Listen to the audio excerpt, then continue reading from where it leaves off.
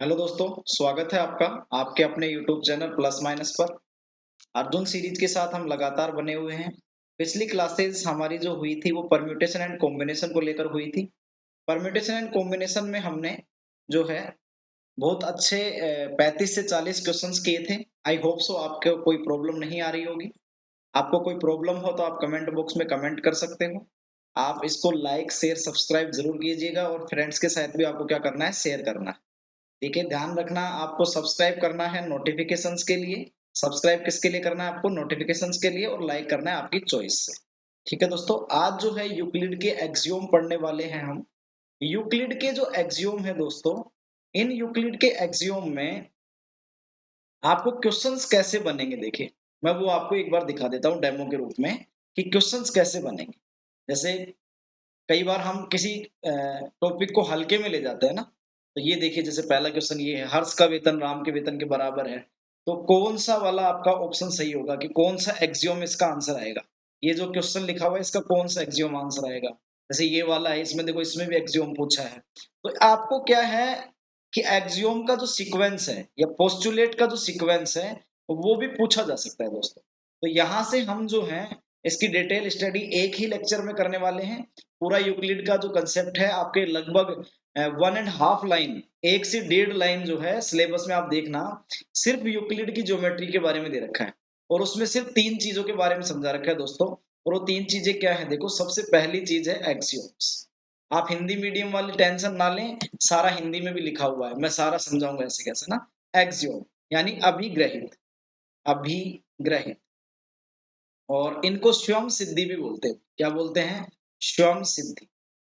15 से 20 क्वेश्चन है इसमें, हम बहुत अच्छी तरीके से करेंगे। अगला है, एक टर्म है पोस्टुलेट, और पोस्टुलेट को हम बोलते हैं अभिधारणा। क्या बोलते हैं दोस्तों? अभिधारणा। अगला है आपके पास में थ्योरम, और थ्योरम को दोस्तों हम बोलते हैं प्रमेय। क्या बोलते हैं? प्रमेय। अब देखो यहां इन तीनों में अंतर क्या होता है, सबसे पहले तो ये देखो। एक्सियोम और पोस्टुलेट जो होते हैं दोस्तों, पहले दो टर्म की अगर हम बात करें एक्सियोम और पोस्टुलेट की, तो ये ऑलरेडी प्रूव होते हैं भाई। मतलब पहले से ही क्या होते हैं? सिद्ध होते हैं। ऑलरेडी प्रूव्ड होते हैं। कौन से? एक्सियोम और पोस्टुलेट ऑलरेडी प्रूव्ड होते हैं, इनको कोई प्रूव की जरूरत नहीं। ठीक है, ये सार्वभौमिक सत्य हैं। अब जो थ्योरम है वो क्या होती है? थ्योरम जो होती है दोस्तों, एक्सियोम और पोस्टुलेट की सहायता से, ध्यान रखना, एक्सियोम और पोस्टुलेट की हेल्प से क्या की जाती है? प्रूव की जाती है। हेल्प से क्या की जाती है? प्रूव की जाती है।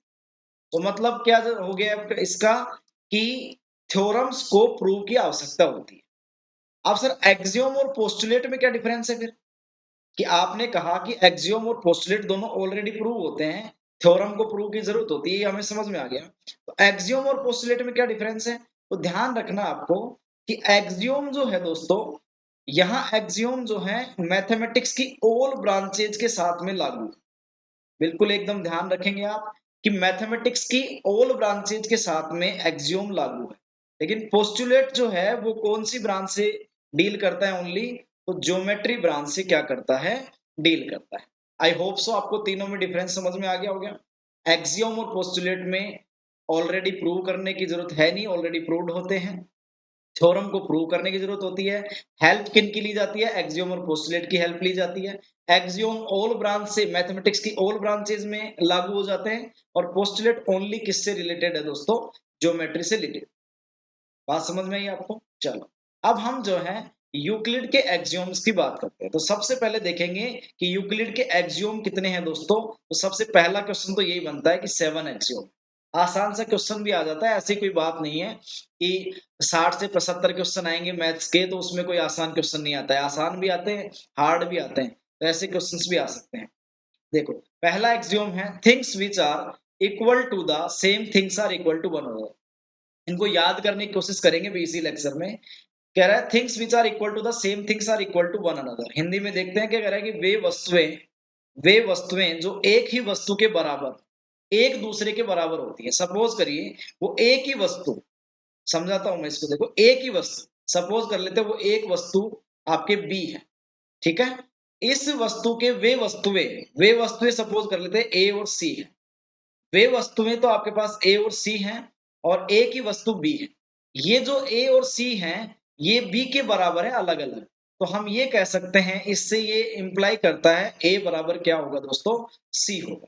अब आपको सर इसमें कौन सी नई बात है, ये तो हम जानते हैं, है ना। यूक्लिड ने ऐसा कुछ क्या नया बता दिया भाई, जब मैथमेटिक्स नहीं थी, मतलब मैथमेटिक्स के ये ज्योमेट्री की खोज चल रही थी मिस्र के अंदर, नील नदी के बहाव में जब वो खेतियों के बाउंड्री जो आती है वो बह जाती थी, फिर लोग उनको फिर से बाउंड्री बनाते थे। एंड मैथमेटिक्स में ज्योमेट्री का इजाद तो हुआ है ना, तो वहां उस टाइम पे थोड़ी पता था उन लोगों के ऐसे क्वांटिटी बराबर हो जाएगी। तो ये यूक्लिड ने भी ऐसे कंसेप्ट को खोज निकाला। आज हम क्या करते हैं, इनको पढ़ लेते हैं पहले, तो हमें पता लग जाता है कैसे हो जाएगा। बात समझ में आई? तो ये है, तो वे वस्तुएं जो एक ही वस्तु के बराबर हो, एक दूसरे के क्या होती है दोस्तों, बराबर होती है। Things which are equal to the same things are equal to one another. अगला क्या है दोस्तों, if equals are added to equals the wholes are equal. क्या कह रहा है देखो, कि कह रहा है यदि बराबरों को बराबरों से जोड़ा जाए, जैसे सपोज कर लीजिए मैं ले लेता हूं a बराबर b और दूसरा बराबर ले लेता हूं मैं c बराबर d। बराबरों बोला है ना, तो कोई दो लेने पड़ेंगे, यही पहला स्टेटमेंट हो गया, ये दूसरा स्टेटमेंट। अगर कह रहा है कि इन दोनों को जोड़ा जाए, तो a प्लस सी कर दू, इधर इधर कर देता हूं b प्लस डी। तो कह रहा है कि जो पूर्ण आएगा, ये होल आएगा या पूर्ण आएगा, वो भी क्या होगा भाई, बराबर होगा। क्या होगा, बराबर। तो ये कहना चाहता है कौन सा, सेकंड एक्सियोम। देखिए यहां से एक चीज को ध्यान रखना, इनको याद करने के तरीके हैं। सबसे पहले हम याद रखेंगे कि सेम थिंग वाला है। पहला एक्सियोम क्या है भी, सेम थिंग वाला है, इक्वल वाला। ठीक है, पहला एक्सियोम इनको याद करेंगे यहां से। दूसरा एक्सियोम है एडेड वाला, मतलब जोड़ वाला। आप हिंदी में लिखते जाइए, सीक्वेंस से याद करेंगे। तीसरा एक्सियोम अभी देख लेते हैं, कह रहा है if equals are subtracted from equals the remainders are equal.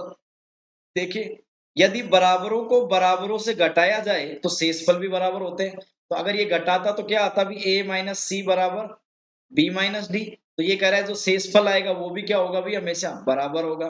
तो तीसरा एक्सियोम दोस्तों किसकी बात कर रहा है, आपके सब्ट्रैक्शन की बात कर रहा है। बात समझ में है दोस्तों, किसकी बात कर रहा है, सब्ट्रैक्शन की बात कर रहा है, यानी बाकी की बात कर रहा है। ठीक है, तो ऐसे सीक्वेंस से याद करो, सेम थिंग इक्वल वाला है पहला, दूसरा जोड़ वाला है, तीसरा बाकी वाला है। एक एक पॉइंट पकड़ लो। अगला क्या है देखो, things which coincide with one another are equal to one another.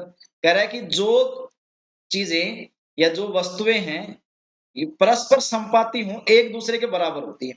जैसे मान लीजिए कोई पॉइंट है और ये पॉइंट का नाम है आपके ए, और इसी पॉइंट पे कोई दूसरा पॉइंट हो बी, वो संपाती हो इसके, तो हम ये कह सकते हैं ये दोनों पॉइंट क्या है, एक दूसरे के बराबर है। और ऐसा हमें कब आवश्यकता पड़ती है भी, जब हम किसी थ्योरम को प्रूव करते हैं और किन्हीं दो बिंदुओं को एक ही बिंदु लाना हो लास्ट में, तब हम ऐसा करते हैं, है ना। ऐसे करते हैं ना। तो आप एक सेकेंड, है ना,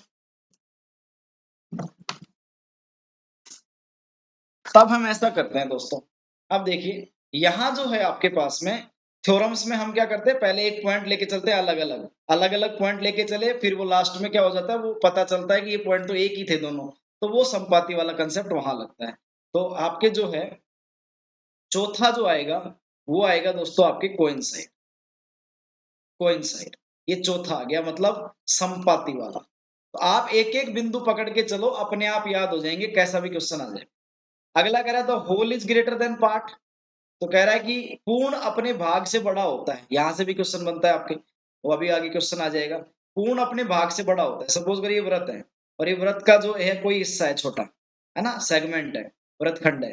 तो आप बताइए मुझे कि व्रत व्रतखंड से बड़ा होगा हमेशा। तो मतलब पूर्ण जो है अपने खुद के एक भाग से क्या होता है, हमेशा बड़ा होता है, ये कहना चाह रहा है। तो यहां हम लिख देते हैं कि whole is greater than part. तो पार्ट वाला मतलब भाग वाला है। ठीक है, तो पांचवा हो गया। छठा क्या है देखो, things which are double of the same thing are equal to one another. समझते हैं क्या है देखो, एक ही वस्तुओं के दुगने परस्पर बराबर होते हैं। एक ही वस्तुओं के दुगने, तो एक ही वस्तु लेते हैं पहले, ये टू बी ले लिया, अभी दुगना कर दिया इसको, एक ही वस्तु बी ली। तो एक ही वस्तु के दुगने, सपोज करिए ए है, ये सी है। तो हमेशा ये कह रहा है कि ये इंप्लाई करता है कि ए बराबर क्या होगा, सी होगा। एक ही वस्तुओं के दुगने, एक वस्तु हमने बी मान ली, उसके दुगने किए, तो ये एक ही वस्तु के दुगने, एक ए है एक सी है, तो ए और सी भी क्या होंगे, बराबर। ऐसा ही देखो अगला है, एक ही वस्तु के आधे परस्पर बराबर होते हैं, अगर इसको आधा कर दूं मैं यहाँ पे तो भी ये क्या हो जाएगा, बराबर। बात समझ में आई दोस्तों? तो देखो अगला छठा नंबर क्या है आपके, छठा नंबर है डबल वाला, और सातवां नंबर क्या है दोस्तों आपके, ये है हाफ वाला। तो ऐसे याद कर लो आप इसको। पहला क्या है देखो, सेम थिंग इक्वल, फिर दूसरा एडेड, सब्ट्रैक्टेड, कोइंसाइड, पार्ट, छठा है डबल और सातवां है हाफ वाला। ऐसे आप सीक्वेंस से याद कर सकते हो। आई होप सो आपको याद हो गए होंगे। ठीक है, देखिए अगला क्या है, अगला है यूक्लिड्स के 5 पोस्टुलेट। ये भी सीक्वेंस से आपको याद रखने हैं दोस्तों। तो यूक्लिड के 5 पोस्टुलेट क्या है देखो, पहला है there is a unique line, कि एक यूनिक लाइन है वो किससे पास होती है, थ्रू एनी 2 पॉइंट्स। कि कह रहा है आपको, देखो हिंदी में देखते हैं, एक बिंदु से, इसको छोड़िए, ये है अभिधारणा 1 है ना, ये अभिधारणा 1 है। दिए हुए दो भिन्न बिंदुओं से होकर एक अद्वितीय रेखा खींची जा सकती है। कह रहा है कि कोई दो बिंदु हैं और इन दो बिंदुओं से एक अद्वितीय रेखा खींची जा सकती है। ये लीजिए, क्या आप कोई दूसरी रेखा बना सकते हैं क्या?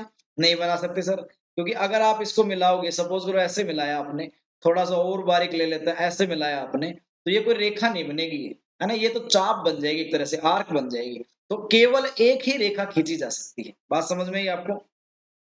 ये है सिर्फ। यहाँ से देखो एक शानदार कंसेप्ट बताऊंगा आपको, मैं भी बता रहा हूँ। Any straight line can be extended indefinitely in either direction. क्या कह रहा है अगला देखो, एक शांत रेखा, ये देखो, ये वर्ड पकड़ के चलो आप एक, ये वाला, ये वाला वर्ड जो है इंपॉर्टेंट है, कि यूक्लिड ने क्वेश्चन देखना, यूक्लिड ने रेखाखंड के लिए किस शब्द का प्रयोग किया था, के लिए किस शब्द का प्रयोग किया था, किस शब्द का प्रयोग किया था? तो किस शब्द का प्रयोग किया था दोस्तों? तो वो शब्द था आपके शांत रेखा। बात समझ में आई आपको, कि शांत रेखा जो है वो किसके लिए यूज किया था, रेखाखंड के लिए।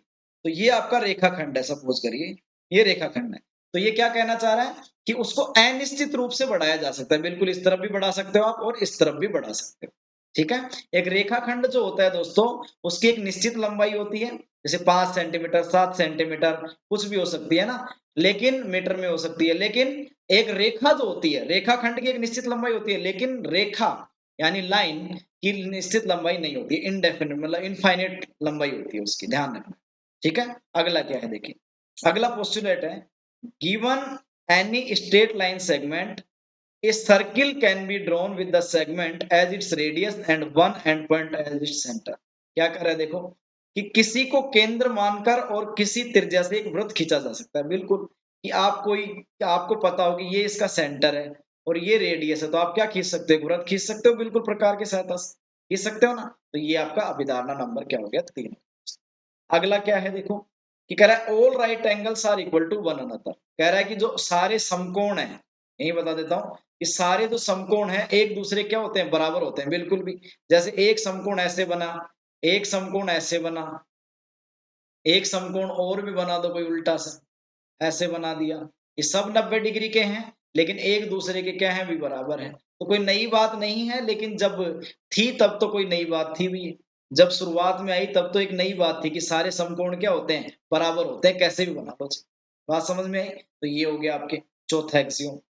पांचवा एक्सियोम क्या है दोस्तों, ये बहुत इंपॉर्टेंट है, तो आपको ध्यान रखना है कि समांतर रेखाओं से जुड़ा हुआ, समानांतर रेखाओं से जुड़ा हुआ आपके कौन सा एक्सियोम है, मतलब पैरेलल लाइन से जुड़ा हुआ है, पैरेलल लाइन से जुड़ा हुआ एक्सियोम कौन सा है, तो कौन सा, सॉरी पोस्टुलेट कौन सा है, तो कौन सा पोस्टुलेट है दोस्तों आपके, फिफ्थ पोस्टुलेट। वैसे कोई दिक्कत नहीं है, आप एक्सियोम को पोस्टुलेट बोलो, पोस्टुलेट को एक्सियोम बोलो, कोई दिक्कत नहीं है, सिर्फ आपको डिफरेंस पता होना चाहिए, क्या, कि एक्सियोम सारी ब्रांचेज में है और पोस्टुलेट सिर्फ ज्योमेट्री में है। ठीक है, देखो अब यहाँ पे पांचों के पांचों पोस्टुलेट किससे रिलेटेड है, ज्योमेट्री से रिलेटेड है। तो आप देखिए, if a line segment intersect two straight lines, कह रहा है कोई भी एक लाइन सेगमेंट है और दो स्ट्रेट लाइन को क्या करता है, इंटरसेक्ट करता है। क्या कह रहा है, यदि एक सीधी रेखा दो सीधी रेखाओं पर गिरकर अपने ही, तो कह रहा है कि देखो दो सीधी रेखा ये बना ली हमने, ये रेखा बना ली भी, और इस पे एक अलग से रेखा ये जो इनको प्रतिच्छेद कर रही है, मतलब इंटरसेक्ट कर रही है। यही कह रहा है ना, यदि एक सीधी रेखा दो सीधी रेखाओं पर गिरकर, तो यही बात है। अगला क्या कह रहा है देखो, कह रहा है कि in such a way that interior angles on one side of the line segment. Interior angle क्या होते हैं भी? आंतरिक कोण। तो आंतरिक कोण देखो, एक तो ये बन रहे हैं आंतरिक कोण, और एक इधर बन रहे हैं आंतरिक कोण ये वाले। ठीक है, तो ये वाले आंतरिक कोण हो गए। ठीक है, तो यहां देखिए ये कह रहा है एक साइड में आंतरिक कोण, कोई भी एक साइड में, तो इन दोनों कोणों का योग मिलाकर दो समकोणों से कम हो। कह रहा है इन दोनों का योग, जैसे मान लो ये वाली साइड ले लेता हूं मैं, तो इन दोनों का अगर अपन जोड़ करें और ये 180 से क्या हो, छोटा हो दोस्तों, ये योग जो है ना वो 180 से छोटा हो, तो क्या कहना चाहता है कि वे दोनों सीधी रेखाएं, ये दोनों सीधी रेखाएं अनिश्चित रूप से बढ़ाए जाने पर, अनिश्चित रूप से कई आगे तक बढ़ाते जाओ इसको, तो आगे तक बढ़ाओगे तो ये जरूर मिलेंगे भी कहीं ना कहीं, ये कहना चाह रहा है। तो ये उसी ओर मिलती हैं जिस ओर ये दो योग समकोणों से कम होता है, तो उसी साइड मिलेंगे जहां ये योग क्या होगा, कम होगा। इस साइड में योग जो है 180 से ज्यादा होगा, सबको पता है, तो 180 से ज्यादा होगा तो ये नहीं मिलेंगी। बात समझ में आई? तो ये कह रहा है कि वो रेखाएं सिर्फ उसी साइड में मिलेंगी जिस साइड में आपके क्या होगा दोस्तों, योग जो है 180 से क्या होगा दोस्तों, कम। ठीक है, तो ये आपके पोस्टुलेट हो गए। यहां से मैं आपको बता देता हूं कि समांतर रेखाओं का कंसेप्ट यहां से ही आया था भी आपके, है ना, समानांतर रेखा जो है या पैरेलल लाइंस का कंसेप्ट यहीं से है। क्यों आया भी?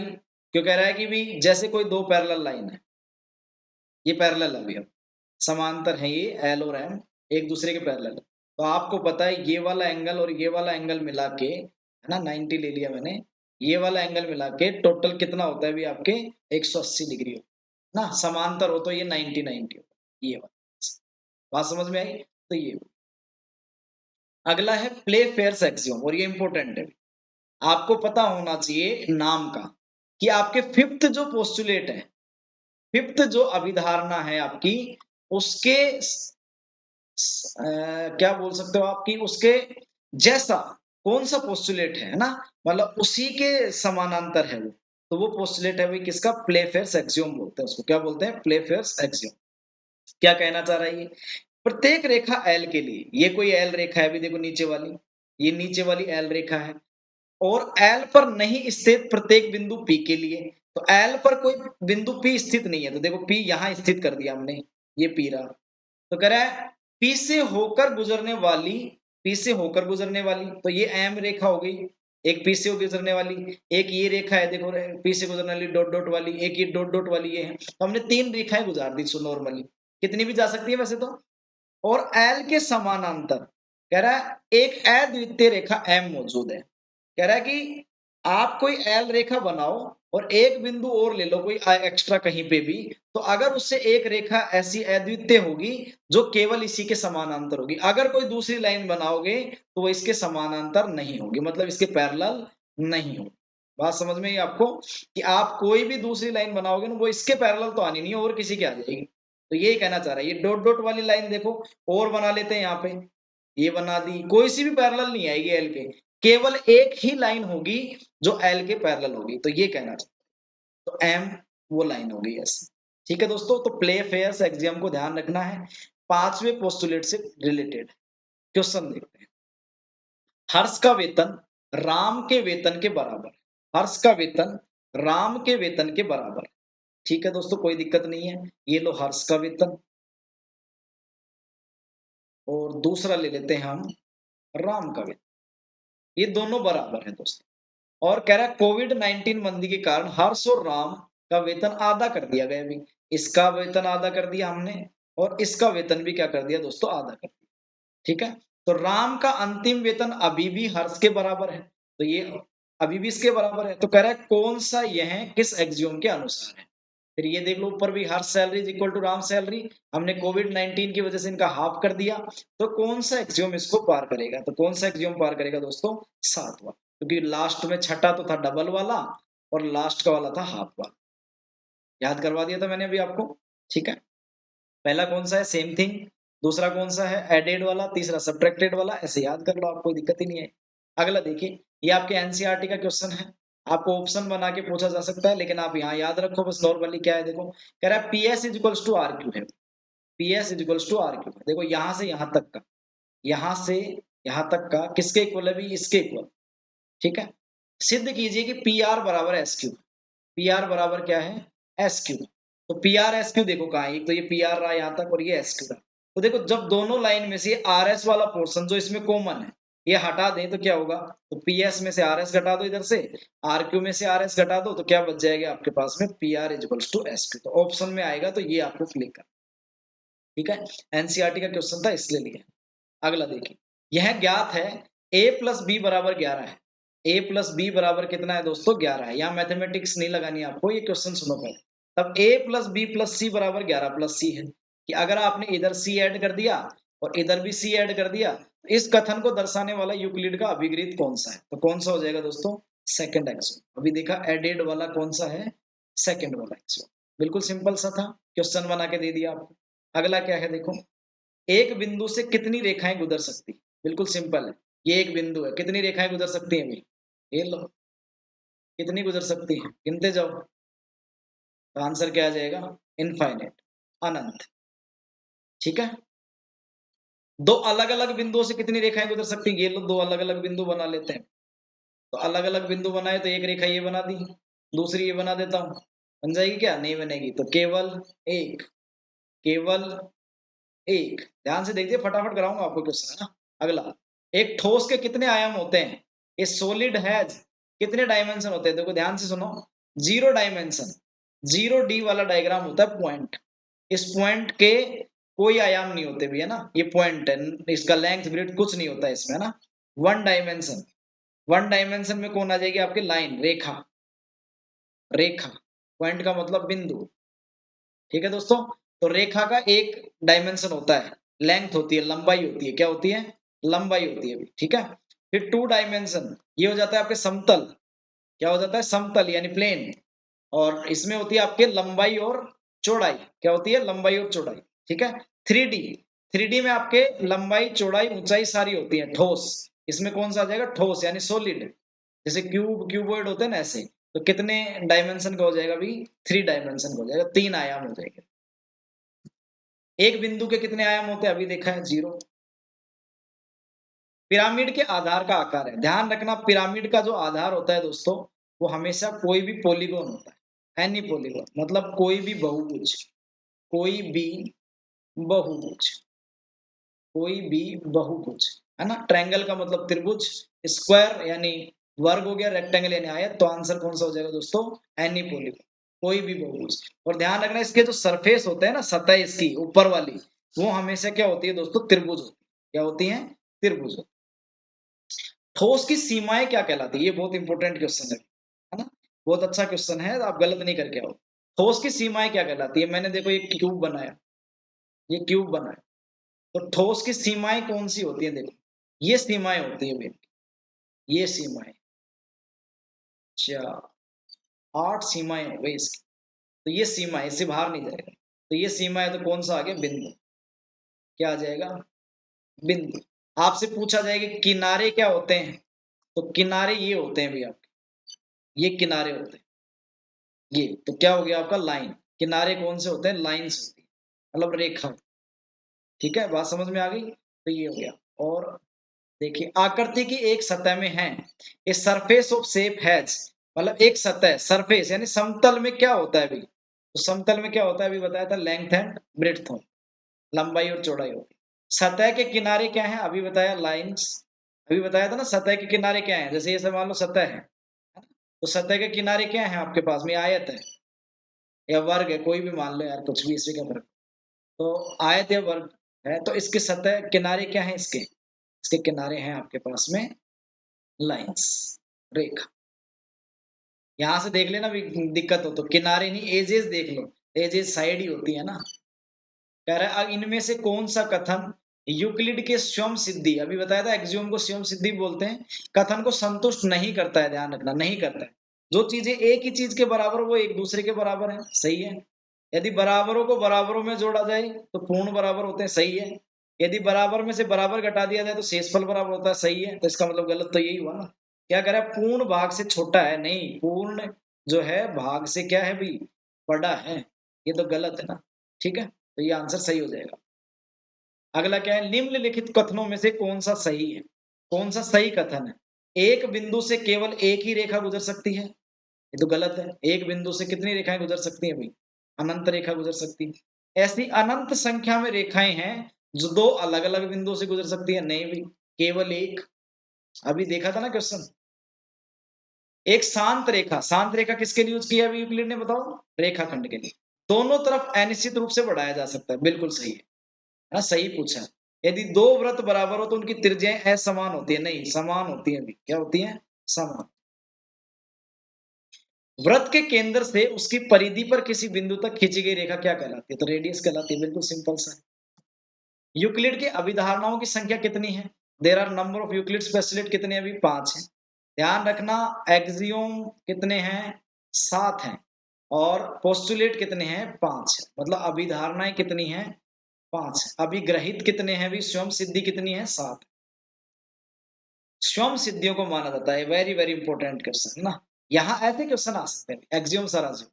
स्वयं सिद्धियों को क्या माना जाता है, थ्योरम माना जाता है क्या, नहीं, थ्योरम तो प्रूव करने की जरूरत होती है। डेफिनेशन माना जाता है क्या, नहीं। जैसे डेफिनेशन का मतलब हो गया परिभाषा कोई भी, है ना। जैसे तीन भुजाओं से घिरी आकृति को क्या कहते हैं, त्रिभुज कहते हैं। इसी तरीके से universal truths specific to the geometry, सार्वभौमिक सत्य जो किससे संबंधित हैं, ज्यामिति से। ध्यान रखना, हिंदी में बता दिया मैंने पूरा, ज्यामिति से संबंधित, ज्यामिति से संबंधित सार्वभौमिक सत्य, नहीं ज्यामिति से तो आपके पोस्टुलेट होते हैं, अभिधारणा होती है। क्या होती है, अभिधारणा। ये अगला आ जाएगा, देखो, सार्वभौमिक सत्य जो गणित की सभी शाखाओं से संबंधित है, तो आपका आंसर आ जाएगा D, universal truth in all branches of mathematics. सार्वभौमिक सत्य जो गणित की सभी शाखाओं से संबंधित।